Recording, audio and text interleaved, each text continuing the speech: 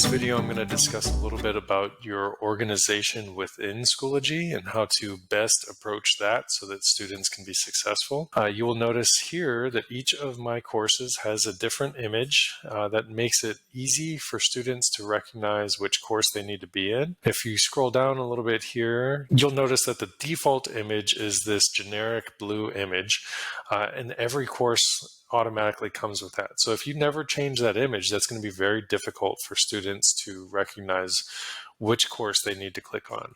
So go ahead and make sure you change the image of the course. Another thing to consider is how the course itself is organized.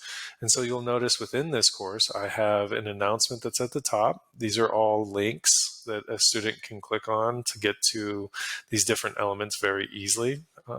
If you scroll down a little bit here, you'll also notice that I have folders that are color-coded. If you click on the folder, it'll drop down, it'll show you some more information. You can even put folders within folders.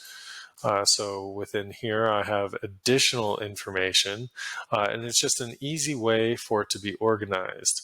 If I go back to another course, this one is not organized. It's all listed out here, and that becomes just a very long thread that's more difficult for students to navigate. Another thing to consider is what is going to be the most important information.